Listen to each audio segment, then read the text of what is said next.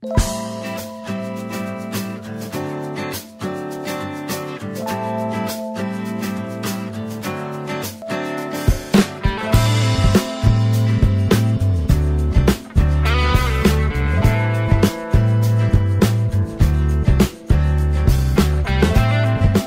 un contexte où les entreprises doivent de plus en plus faire preuve d'agilité et de flexibilité, le management de transition connaît depuis plusieurs années une croissance régulière et importante.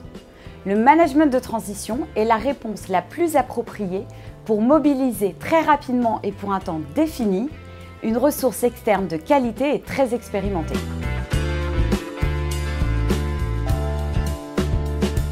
Ces cadres, très expérimentés, sont sollicités pour pallier l'absence d'une ressource interne clé au bon fonctionnement de l'entreprise ou pour le lancement, la mise en place ou la gestion de projets d'envergure.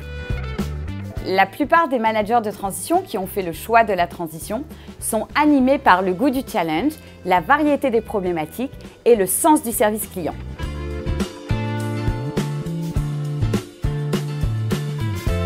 Rompus au contexte de changement, les managers de transition ont évolué dans des entreprises et des secteurs d'activité très variés. Adaptables et mobiles, ils prennent plaisir à mettre leur culture du résultat et leur engagement opérationnel au service des clients. Depuis quelques années, des profils moins seniors se voient attribuer des missions. Et cela s'explique tout simplement par l'évolution du métier de manager de transition. En effet, à l'origine, les missions de transition étaient quasi exclusivement liées à des fonctions de comité de direction, ce qui veut dire avec une compétence managériale très forte. Aujourd'hui, le champ des missions est beaucoup plus large. Des entreprises ont recours au management de transition lorsqu'elles ont besoin d'une expertise plus qu'une compétence managériale.